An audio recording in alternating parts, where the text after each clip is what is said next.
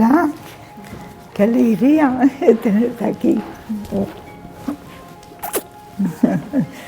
Bienvenida.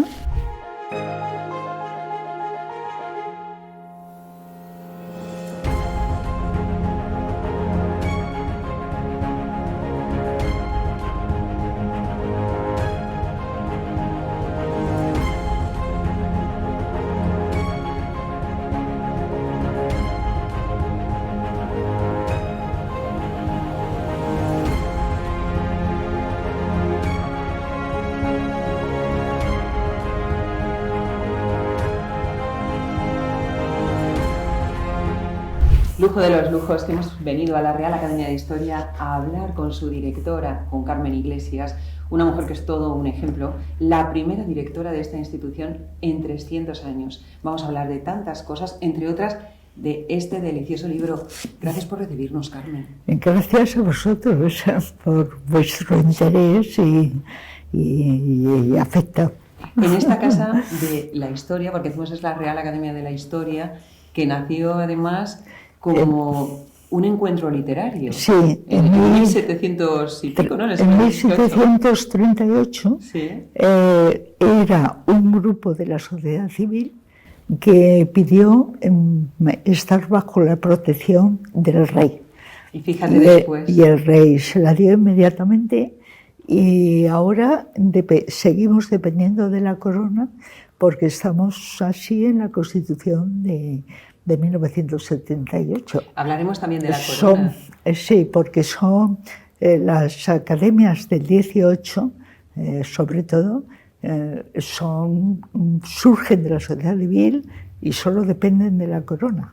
Son independientes, tienen relación administrativa importante con los gobiernos normalmente, claro, pero... Bueno, y damos fe de ello porque fíjate, aquí todo fotografías de la corona. Pero digo que hablaremos después de la corona porque además tú le dedicas uno de los bloques que hay en este delicioso libro, que es El carácter es el destino, que es una cita de Heráclito buenísima, ¿no? Buenísimo.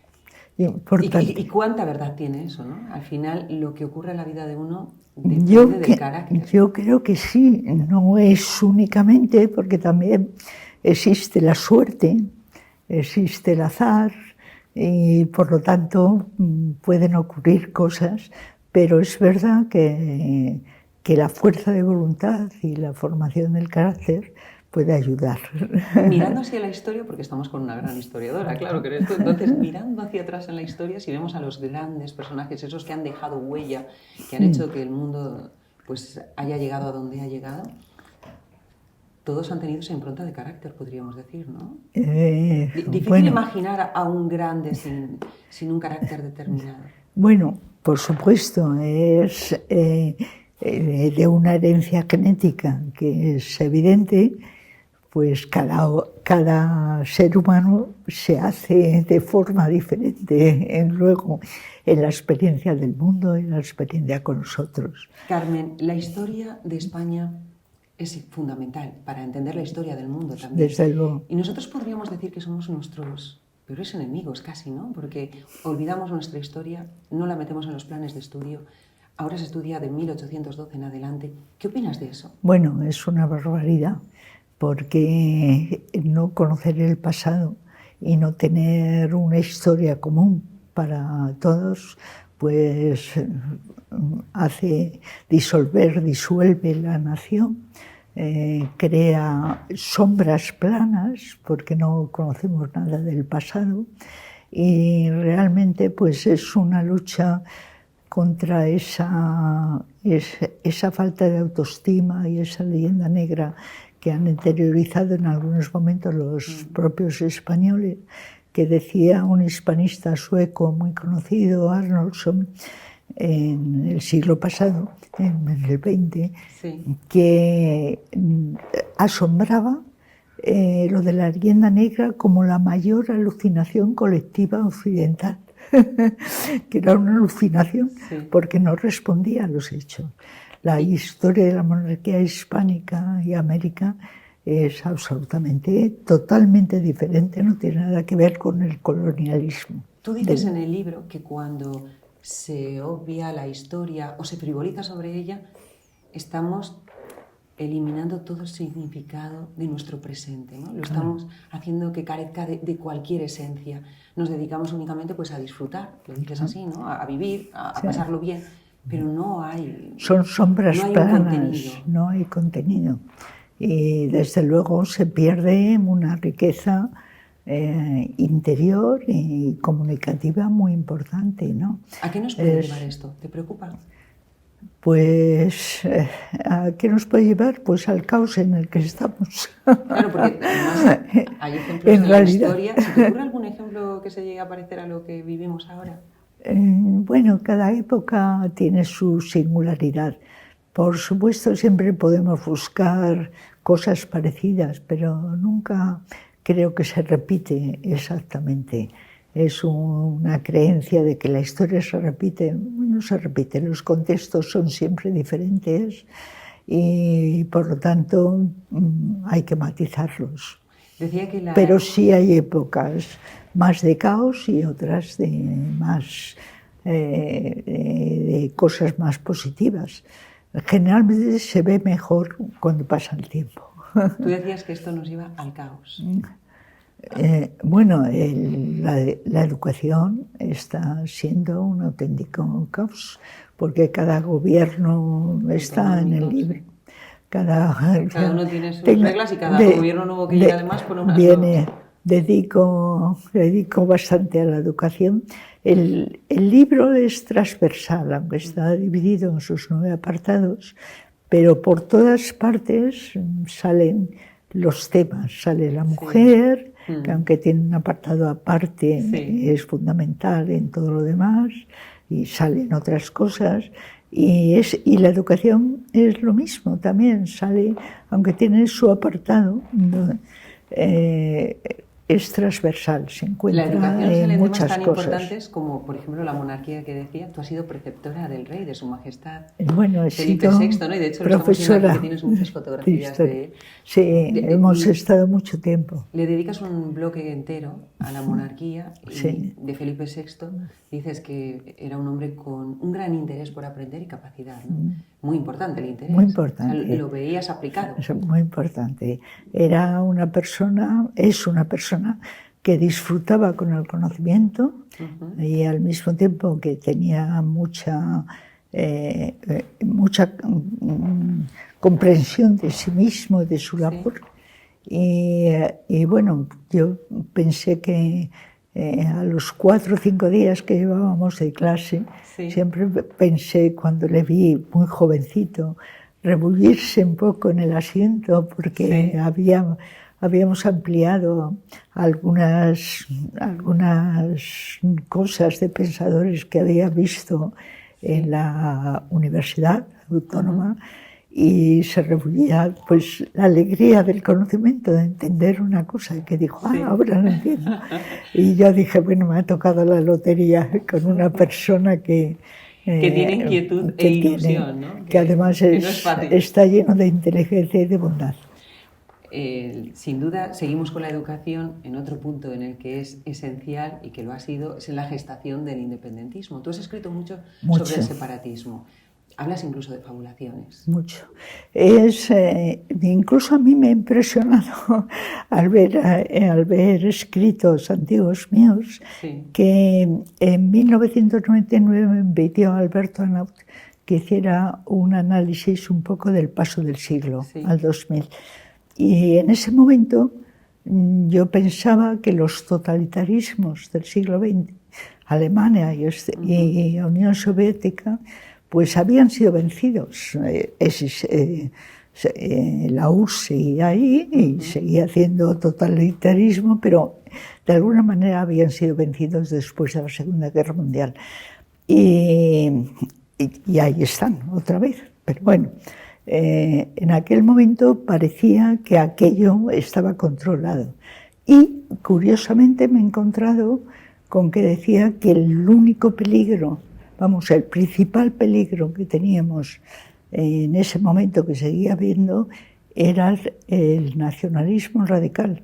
Y menciono en La historia sin fin, se llama el escrito, a Cataluña y al País Vasco. O sea, que era muy consciente de a dónde llevaba ese separatismo, que para empezar es absolutamente biologicista. O sea, el origen, el basar en el nacimiento, el ser superiores o inferiores, es absolutamente racista, con datos tergiversados, algunos, con como dices, datos, confabulados, con mentiras, son inventados. Carmen, y uno totalmente. dice, pero si hay datos fehacientes de que eso no era así, ¿cómo se puede llegar a tergiversar tanto o a inventar la historia? Sí, sí. O sea, ¿cómo no se puede desmentir de una manera categórica para que eso no esté en los planes de estudio y no sea un germen de cultivo? Se desmiente, pero no ha habido una dirección de la educación. En el momento en que se transfirió a las comunidades autónomas, pues claro, cada una hace su labor absolutamente propia.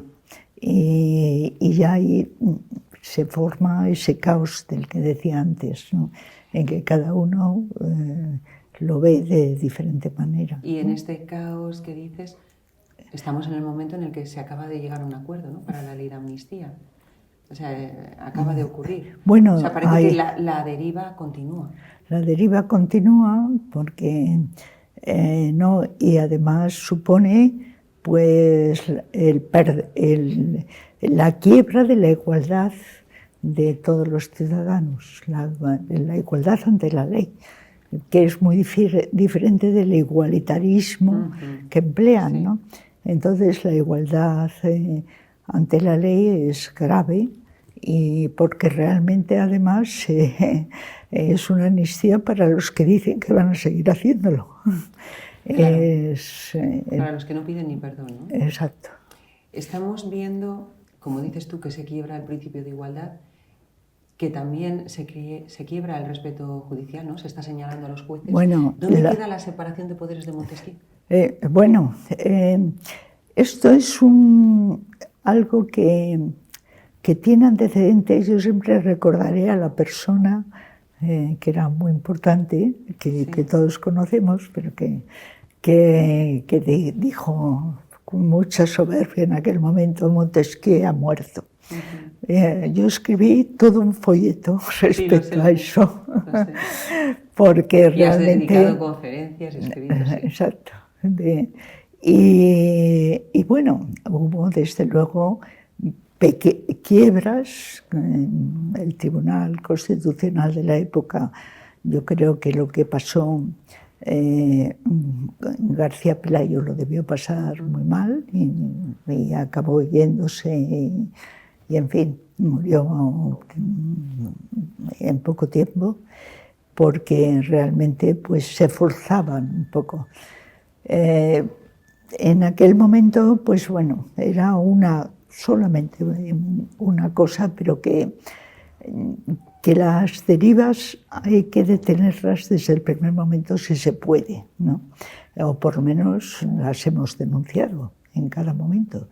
Luego ya la política es un mundo muy complejo y ya vemos por dónde... Con todo lo que estás diciendo, yo me voy a un punto que me había señalado aquí en el libro, estaba abriéndolo, que es concordia y amistad social. Es un punto muy interesante. ¿Dónde queda eso? Concordia y amistad social. Amistad ¿Dónde queda la concordia y la amistad social con todo lo que estamos diciendo y lo que hablaremos ahora de otros temas? Eso fue algo que hicimos en los años ya 2000. Sí. Hablo en plural porque nos preocupaba, yo creo, que a todas las personas que teníamos un poco sentido de por dónde iban las cosas, ¿no? Y empezó a partir de 2004, sobre todo, con todo lo que pasó, porque se olvida lo de los el atentado en la estación de Atocha, ¿no? Y todo lo demás, y todo aquello se tergiversó y se convirtió se rompió la concordia, se echaron las culpas unos a otros, en fin, en lugar de formar una unidad frente a algo que que nos estaba, vamos, que había sido gravísimo, ¿no? Y la concordia cuesta mucho de recuperar. Y la concordia cuesta mucho recuperarla. Y tenemos más frentes en los que está rota. Sí. Porque tenemos, por ejemplo, el estado de autonomías, del que tú también hablas en este libro. Es que el libro es una joya, o sea, usted no se lo puede perder porque trata tantos temas tan interesantes. Entonces, del estado de autonomías haces una reflexión y dices, ¿vivimos con el sentimiento o viven con el sentimiento de agravio? Quedó como acabado, como inacabado todo el tiempo, ¿no? Porque tenía yo un amigo que me dijo, oye, he vuelto a mi provincia, que era una provincia cerca del norte, no hay que mencionarla, y decía, me he encontrado que todos los que no habían sacado oposición en Madrid eran los que llevaban la autonomía en aquel momento.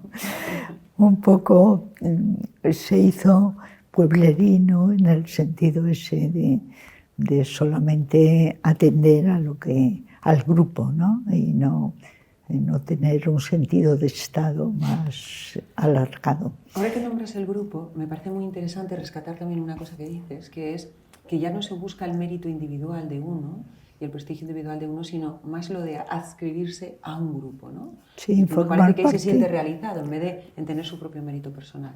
No, es grave, porque realmente pues todos tenemos grupos de amigos y demás, pero formar parte de grupos rígidos con un bloque, como se está haciendo un bloque, que haga lo que haga el bloque, exacto. Uno no se mueve del bloque. No, es que además se pierde el individuo, se pierde la libertad individual, ¿no?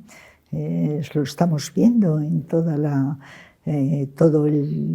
lo que viene de las universidades americanas. Son como tribus, o sea, no es ya una relación racional y lógica, ¿no? Y de ciudadanos, sino que es otra cosa. Son como sectas. Hablando de movimientos, hablando de bloques, hay un movimiento muy importante, ¿no? y que hoy está muy vigente también, que es el del feminismo. Tú que decías al principio que eres la primera mujer que ha estado al frente de esta institución, ejemplo de cultura, referente como persona, seas hombre o mujer, pero como mujer desde luego, ¿no? Has conseguido dar pasos muy importantes. ¿Qué opinas del feminismo de hoy? ¿Crees que es un movimiento moderno, que lo que reclama tiene sentido, o lo ves más trasnochado? Bueno, yo creo que lo importante es que las mujeres, a partir de un momento hemos salido al espacio público, que no era nada fácil para mi generación, las personas de nuestra franja generacional, hemos tenido que pasar tantas cosas que de alguna manera nos fortaleció por dentro, porque aquello era no poder hacer. Y siempre yo decía que el siglo XXI sería el de las mujeres.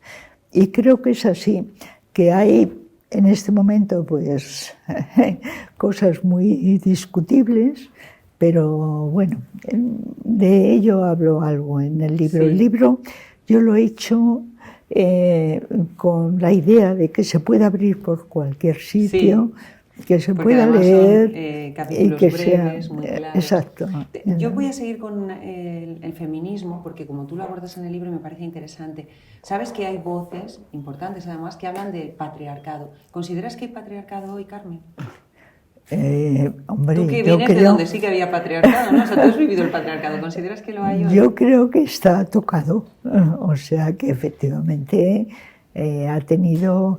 en un artículo que he escrito sobre la transición, en un libro estupendo que va a salir de periodistas... Sí. De Crónica, el grupo Crónica, que yo no sabía que existía, no tiene nada que ver con el arte. No, con Equipo Crónica, no, Valdés y... son todos los grandes periodistas, 16 o 17 periodistas que recibían, invitaban cada día, cada jueves de todos estos años a un personaje, y claro, han sido testigos de primera fila, porque manteniendo la discreción, pero sí, verdaderamente estuvieran informados.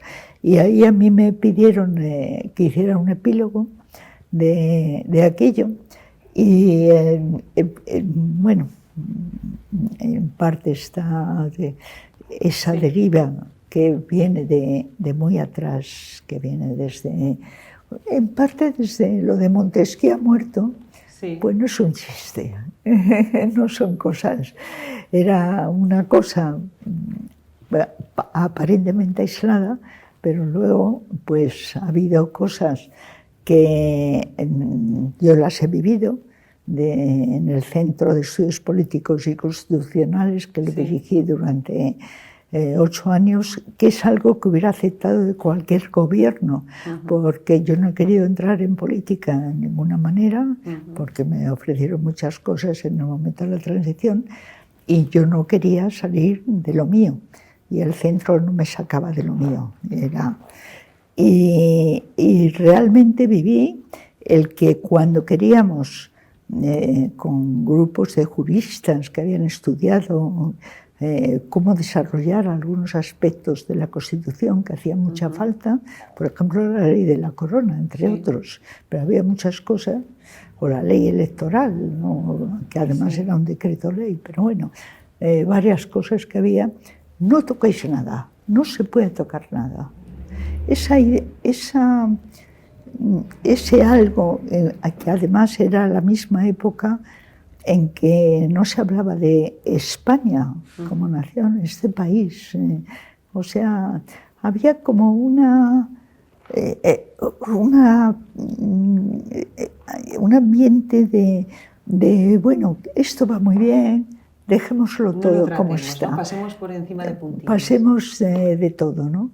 Y claro, en la vida lo que no cuidas y cambia, pues se deteriora. Y además cuando pasas de puntillas ocurre lo que está ocurriendo con lo que estábamos diciendo, ¿no? Pues con el independentismo, estamos hablando de los estados de autonomías, los sentimientos de agravio, hablamos también del feminismo y de la crispación social que se está generando, hombres que ya tienen miedo, mujeres que también viven pues diciendo el hombre me siento amenazada. Sí, sí. Es una situación... Yo aquello hubo un momento en ese finales de los 90, pero sobre todo a partir de 2004, que fue el caos, que ahí es cuando escribí, a algunos les sentó muy mal, sobre la concordia, la necesidad de la concordia, ¿no?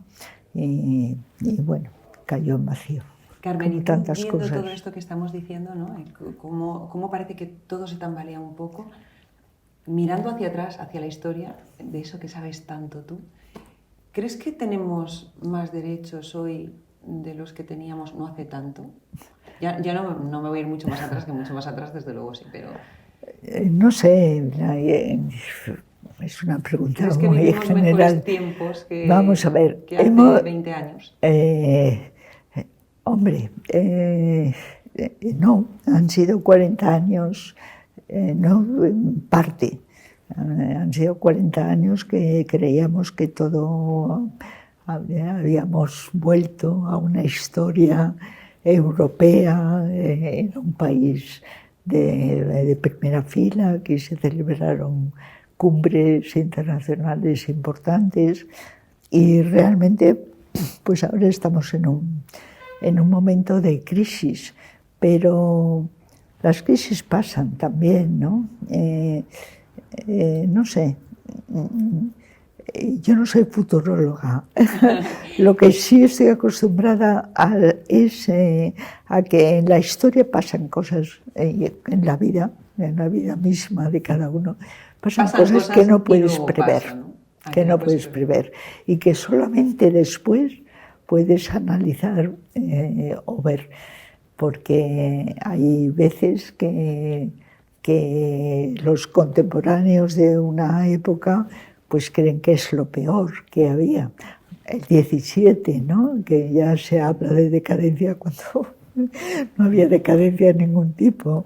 Vamos, había decadencia por eso, Carmen, en ciertos aspectos, pero no era que por general. eso es tan importante leer, ¿no? Porque cuando uno Claro. ha leído mucho, uno sabe Claro. y puede incluso adelantarse a situaciones que van a ocurrir, Claro. o puede gestionarlas mejor, ¿no? Y de ahí que sea tan importante por lo dedicar menos a la cultura. la cultura es absolutamente decisiva. Sí, Yo la ignorancia de algunos de los actuales políticos y políticas que dicen alguna barbaridad, la verdad es que eso nos concierne a todos, claro, porque son la los que nos gobiernan, los ignorancia, que gestionan la la cosa ignorancia pública. es lo peor que puede pasar. En este libro tú también hablas de los políticos y los describes como dragones, ¿no? En un momento dices, tragan. En el Mirando, prólogo hablo sí, de... habla. Y echando la vista atrás, digo, nos vamos a la antigua Grecia, a la antigua Roma, y podemos seguir y seguir y seguir, con políticos muy formados, políticos que sabían debatir, la oratoria. Sí. ¿Qué dices? Bueno, yo soy muy pro clásicos. Estuve, lo cuento ahí, ¿no? Sí. Durante 5 años estuve a punto ya de pasarme a filología de una vez, porque me enamoré de los griegos y de lo que hacían, aunque era un pequeño grupo. Y no estaban las mujeres, precisamente, sí. más que las mujeres, las etaias, sí. ¿No? que eran libres, aunque mal vistas. Tienes una cita en el libro que me encanta, que es de Le Carré, del escritor británico, que dice que pues hay que ser un héroe hoy en día para ser una persona decente, ¿no? Porque con la cantidad de facilidades que muchas veces se nos ofrecen, ¿no? Y para dar atajos en la vida y llegar a un sitio de una forma muy directa, saltándote las reglas de la moralidad. Sí. Y es una gran cita, ¿no? Quería rescatarla porque la tienes aquí. Sí, porque es importante. Yo creo que, vamos, el estar en... el hacer primero lo que te gusta, lo que también es un esfuerzo, dedicarte a algunas cosas que te gustan, no todo es... Bueno, y renunciar a otras, que te pero pueden hacer la vida renunciar más fácil, a otras. Pero tú sigues ahí. Lo que pasa que bueno, el mundo es así, en parte, ¿no? Depende de la elección que cada uno haga de su vida, ¿no? Si tú pudieras viajar a un momento de la historia, ¿cuál elegirías? Pues me resultaría difícil. Pero vamos a tener que elegir uno. Bueno, dinos dos si quieres, venga. Porque... es que como no se lo he dicho antes, no le he dejado preparárselo, pero no, a ver dos. En todas las épocas ha habido problemas y situaciones difíciles. Y depende de dónde naces. Eso es una lotería. Gran verdad, sí. Una lotería, y para las mujeres... Es que si naces en la antigua Roma no es lo mismo ser patricia que ser esclava, claro. O sea, ya ahí te cambia todo, ¿no? Exactamente. O sea que el presente que hayamos tenido cada uno, pues hay que sacar las partes positivas y un poco rechazar las negativas.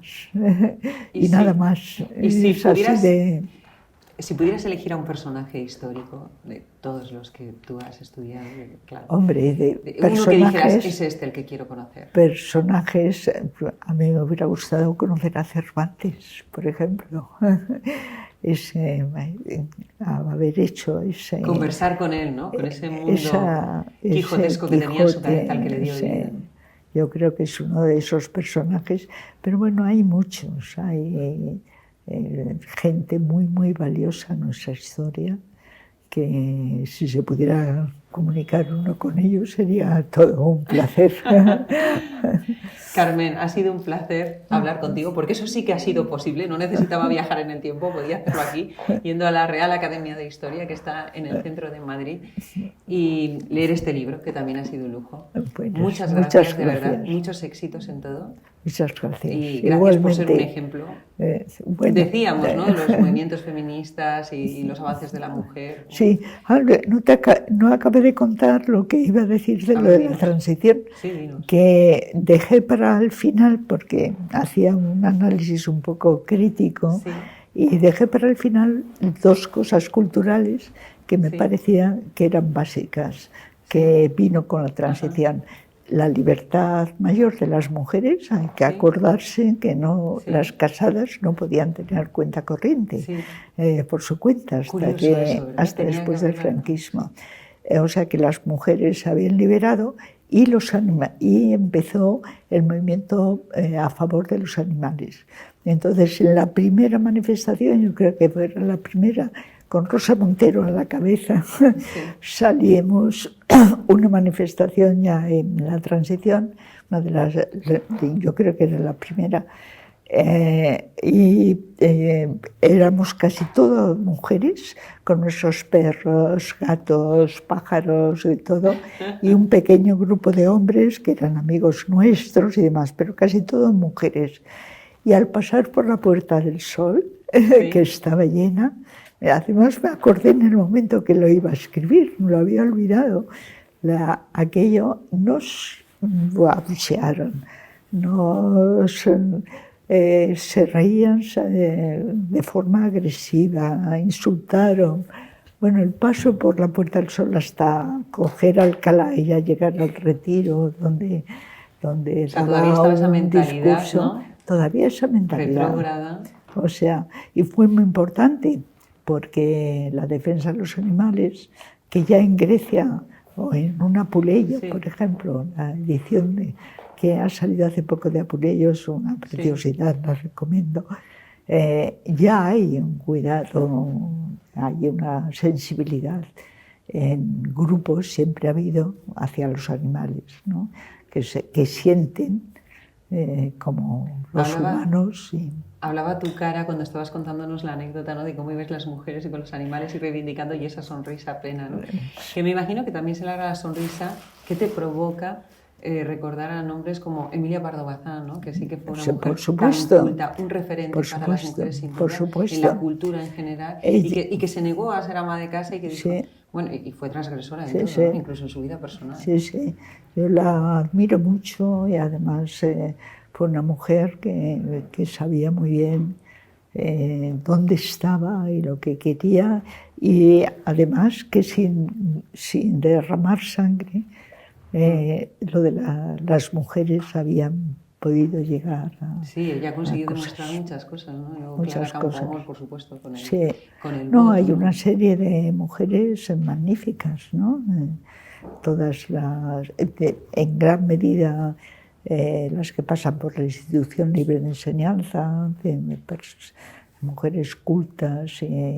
Yo todavía recuerdo con muchísimo cariño Miguel Ángel Ocho, de las mujeres universitarias. Yo formé parte de ese grupo. Era joven con respecto a las maravillosas mujeres que allí habían vivido la guerra, habían vuelto algunas habían estado encarceladas, había de todo.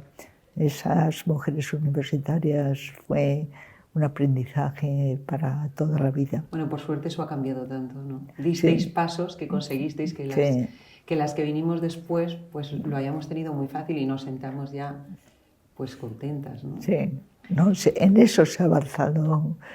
Nos quedamos con esos esfuerzos, con ese exacto. recorrido, con todo lo que cuentas en este libro que nos has contado en parte de la entrevista, y con esa concordia y amistad civil de la que hablas en el libro, que ojalá seamos capaces de alcanzarla de verdad. Ojalá. Gracias, Carmen. Gracias a vosotros.